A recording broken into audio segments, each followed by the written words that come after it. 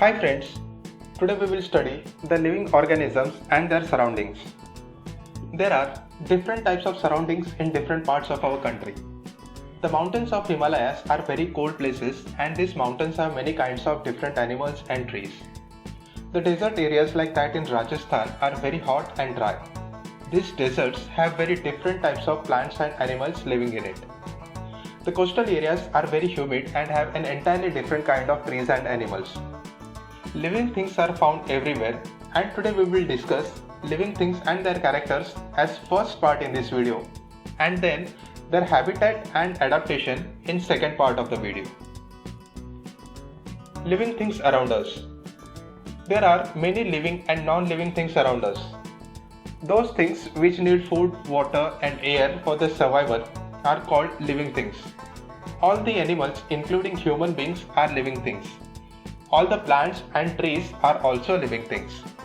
Those things which do not need food, water and air for their survival are called non-living things. Table, chair, stones, rocks, bulbs, etc. are all non-living things. The living things are called organisms. Thus, all the plants and animals are organisms.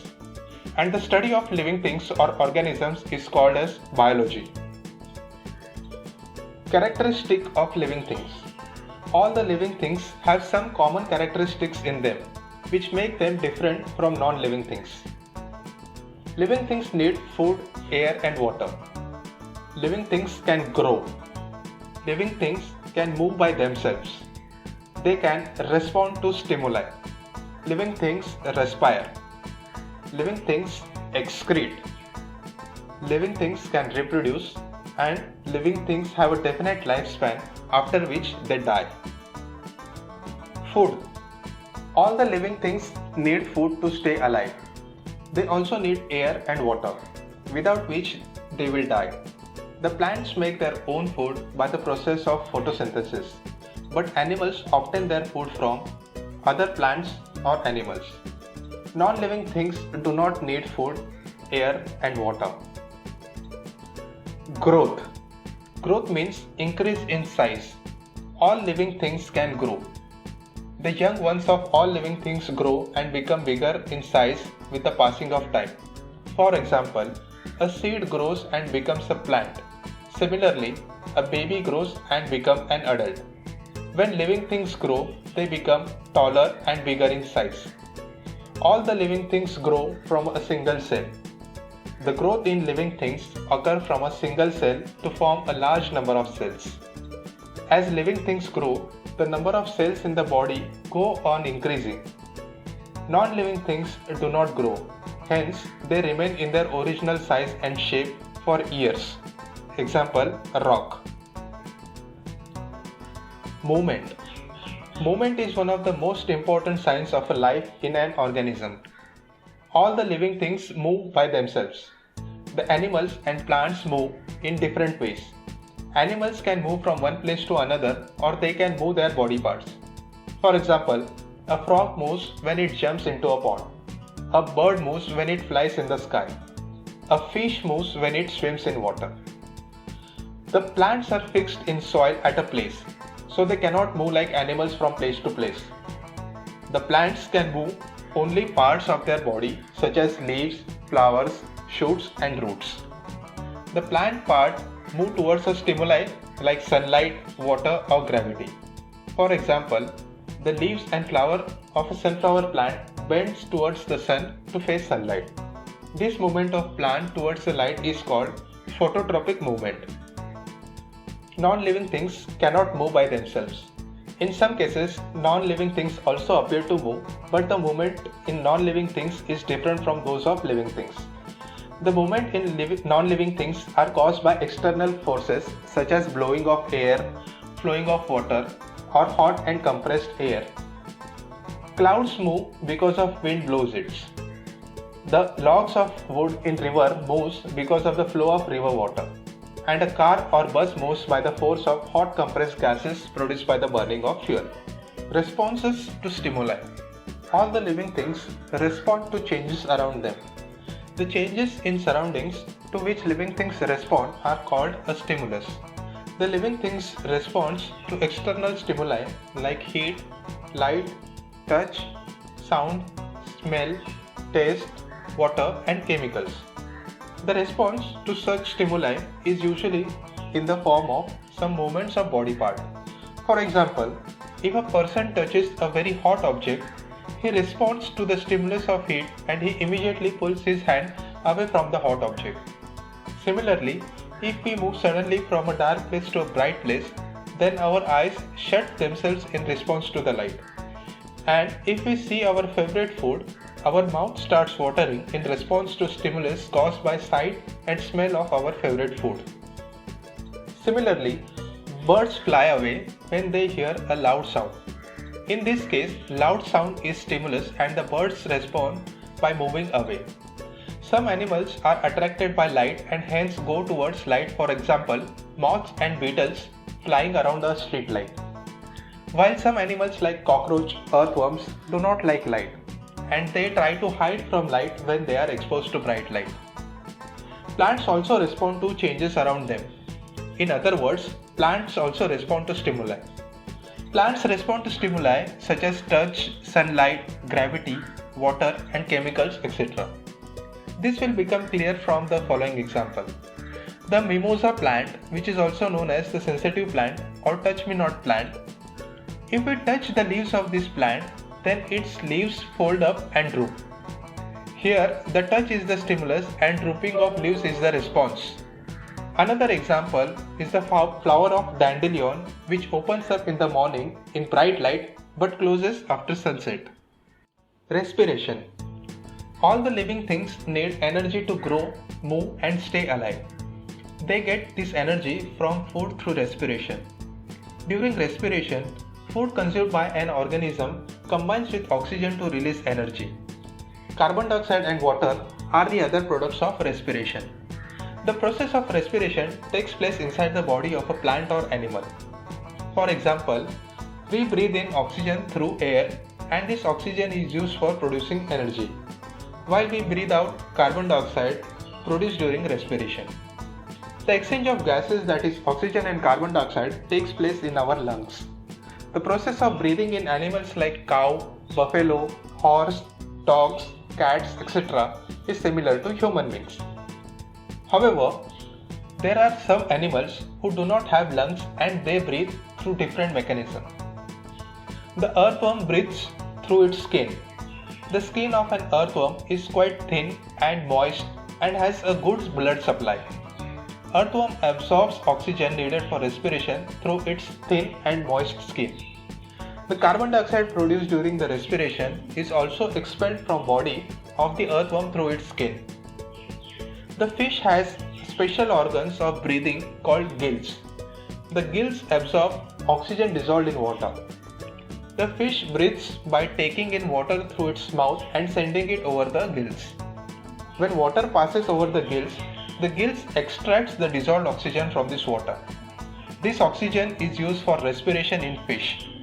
The carbon dioxide produced during the respiration is also expelled by the gills into the surrounding water. Like animals, plants also need energy. The plants get this energy by the process of respiration. The plants use oxygen for respiration and releases carbon dioxide in this process. Every leaf of a plant has a large number of tiny pores called stomata on its surface. The oxygen enters the plant through this stomata and carbon dioxide is released through this stomata. During daytime, when sunlight is available, the plant uses carbon dioxide from air to make their own food by photosynthesis, and in this process they release oxygen into the air. The amount of oxygen produced by plants during photosynthesis in daytime is much more than the oxygen they use in respiration during the night time. Excretion. All the food eaten by living organisms for respiration is not completely used, and a part of that food remains unused. This unused part of food also becomes a waste material. Many of these waste materials are poisonous to the living things, so they have to be removed from the body. The removal of waste substances from the body of a living organism is called excretion. The most important waste substances produced in the human body are carbon dioxide, urea, and feces. Some harmful or poisonous waste materials are also produced by plants, so plants also excrete. Let us see some of the important plant waste and the methods by which they are removed. The main waste produced by plants are carbon dioxide during respiration and oxygen during photosynthesis. Some plants store some of their waste products in the body parts in the way that they do not harm the plants as a whole. For example, leaves, bark and fruits. The plants get rid of this waste by shedding leaves, peeling off bark and felling off fruit. Some plants remove their waste product as secretions. For example, the plants secrete a large number of waste products like gum, resin and latex. These plant wastes are useful to human beings. Thus, excretion is another common characteristic of living things which non-living things do not have. Reproduction. The process by which living organisms produce new member of their species is called reproduction. All the living things reproduce themselves. The modes of reproduction in different animals are different. Some animals reproduce by giving birth to their young ones, whereas some animals reproduce their young ones through eggs. For example, human beings reproduce by giving birth to their young babies. The animals such as dogs, cats, cow, horse, deer, lion, tiger, etc. also reproduce by giving birth to their young ones. The animals like birds and fishes reproduce through eggs. Plants also reproduce to give new plants. Like animals, plants also have different modes of reproduction. Let us see some of the common methods of reproduction. Many plants reproduce through seeds.